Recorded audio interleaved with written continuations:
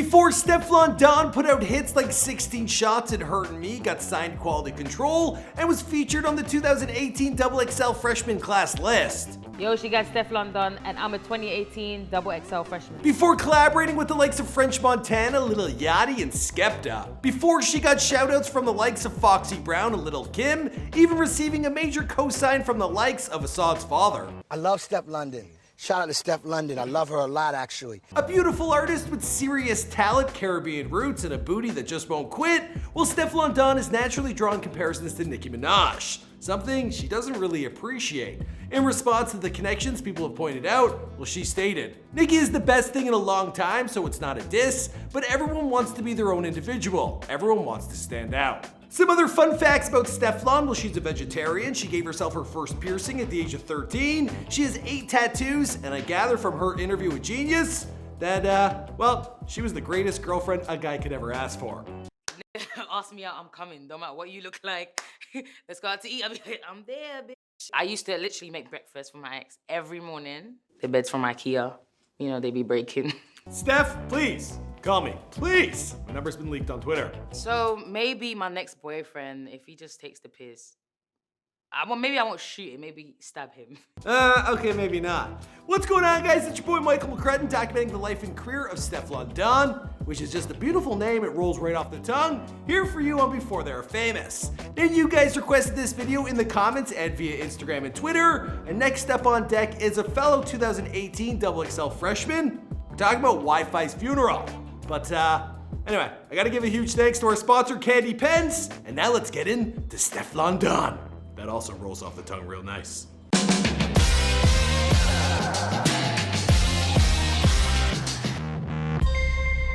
Hey, be sure to subscribe and hit that bell. Boom! Nah, I always knew that I was gonna do music. Like, it wasn't never like if I don't. It was always like when I do. Stephanie Victoria Allen was born on December 14th, 1991 in Birmingham, England, to parents of Jamaican descent. Even though she did not grow up on the island, her parents raised her in the culture, and she has 6 siblings with her family who are all very musical. Okay. So I come from a musical family. My sisters sing, my mom sings, Okay. my brothers rap.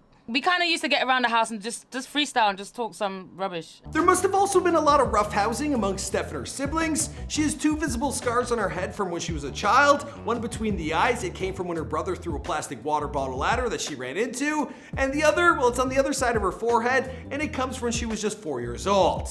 I was playing hide and seek and I fell from the stairs.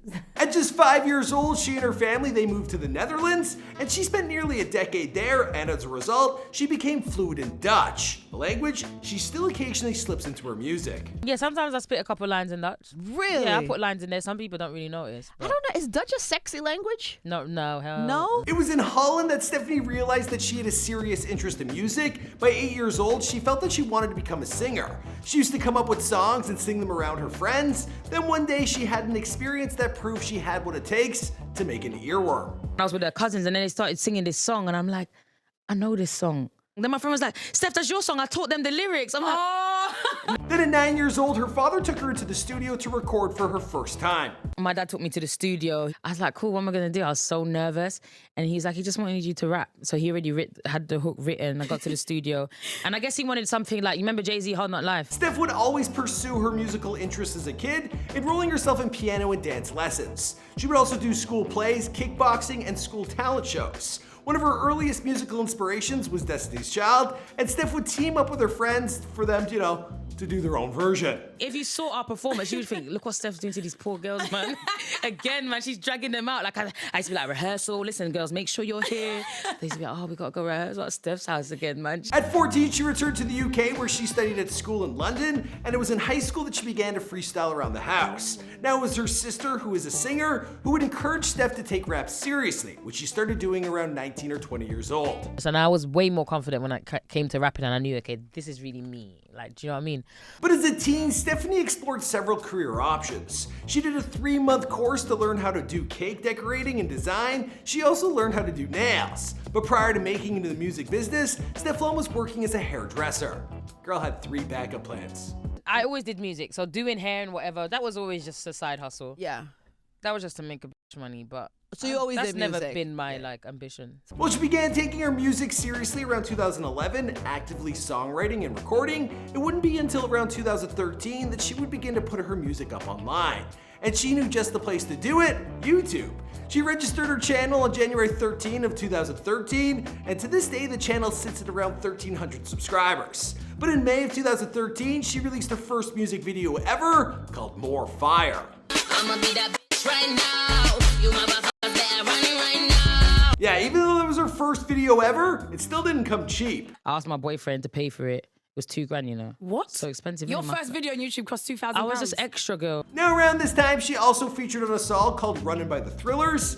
And well, this is probably not the type of music you're used to hearing from my girl Stefflon. I'm rolling through the jungle is a madness. London, step up. Stefflon Don is a bad chick.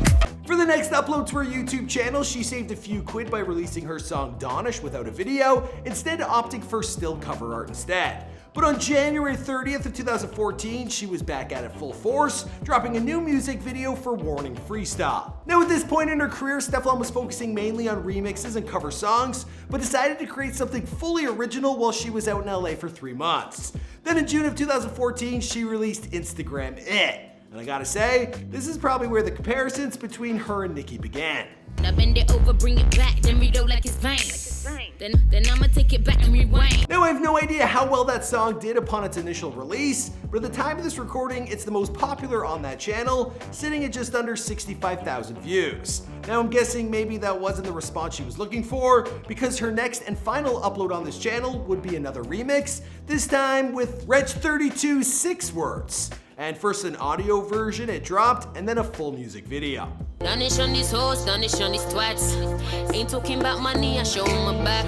Now by this time, she had previously gotten her SoundCloud going, uploading remixes to Ray Shremmer's No Type and No Flex Zone, as well as Fiendin' by Lyric Anderson and Kevin Gates. But the breakthrough track for Stefflon, it would come in 2015. It was a song that was out called Lock Off from Section Boys, and I remixed it.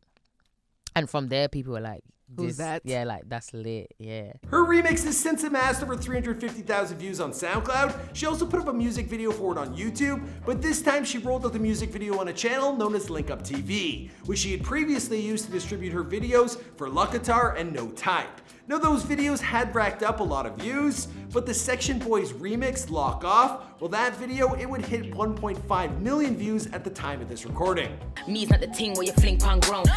Nice and the body shit wrong. Traffic have to stop when it done I touch down. Before long, Stefflon would get her own Vivo channel, and that's when you know you've really made it. She released her first official single, Real Ting, in 2016 as the lead single for her upcoming mixtape by the same name. On SoundCloud, the song wasn't quite a hit, and to this day, it's racked up, well, just 11,000 plays. But over on YouTube, it was a different story entirely, with her music video getting serious traction. Niggas on my line, saying they're in love. We ain't even all he did was at the boss. Today, this video sits at 3.3 million views, and her remix featuring Gigs, well, it would garner another 3 million. But her next video, well, it would eclipse them both and then tenfold. And at the time of this recording, 16 Shots is sitting at nearly 40 million views on YouTube. That video was released on YouTube in February of 2017, a strong start to what would become a massive year for the artist. Stefflon would also secure features from Skepta, Future, and J Balvin. She featured on Lil Yachty's song Better and joined Demi Lovato in featuring on the Jax Jones single Instruction, which hit 13 on the UK chart and number 3 on the UK dance chart. Now behind the scenes, she had recently signed to a publishing deal with Sony and would go on to ink a deal between her own label and Universal in 2017. She would also connect with Coach K of Quality Control Music that year, who at the time, well, was a friend of her manager. My manager Ratty was always telling him about me, and he must have came to the UK. He listened to a couple of my stuff, and he just really fucked with the stuff, and he was like, yo, this is sick. Another new friend that year was the legendary featured artist himself. I'm talking about Mr. French Montana. He's featured on everything. I just DM'd him. No, I'm joking.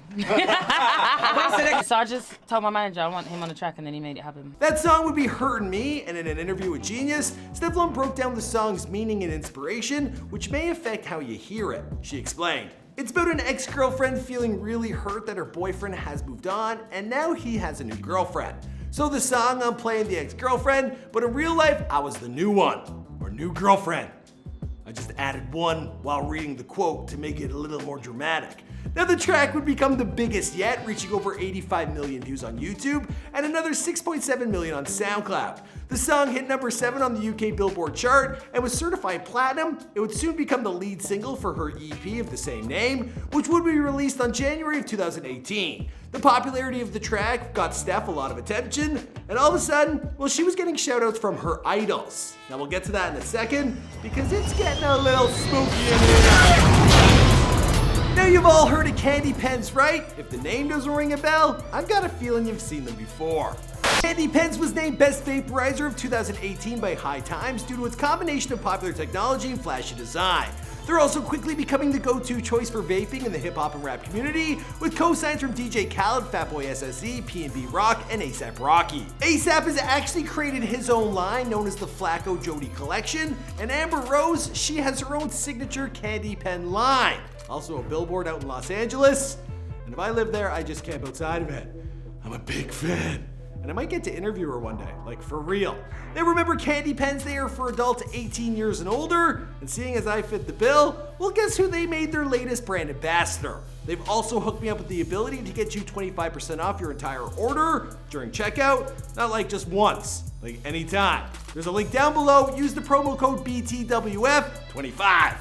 Alright, let's get back into Stefflon Don. I was talking about her getting shoutouts from her idols. Tyra Banks would tweet me, Foxy, Lil Kim, all these people that I proper looked up to, Missy Elliott, all these people knew who I was. Continuing her successful collaborations in 2018, she would work with the likes of Big Sean, Halsey, Louis Fonsi, Neo, and BB Rexa. She was nominated at the 2018 BET Awards in the Best International Act category and earned a spot on the most talked about magazine cover in hip-hop, XXL freshman class list. Now more recently, she revealed a new single, Senseless, which received nearly 5 million views in its first 2 weeks on YouTube. And as for the rest of the story, well, I guess we'll have to wait and see because this is before they're famous. My name's Mike McCrudden, thanks for checking out this video. We have 2 more for you down below. Thanks again to our sponsor, Candy Pens. They allow us to make all these great videos. And Wi-Fi's funeral, that one's next on deck. But I need your suggestions as always in the comments down below. Let me know who's famous. Because every day, someone new's popping off. Boom! I do that at the end, I forgot. Boom!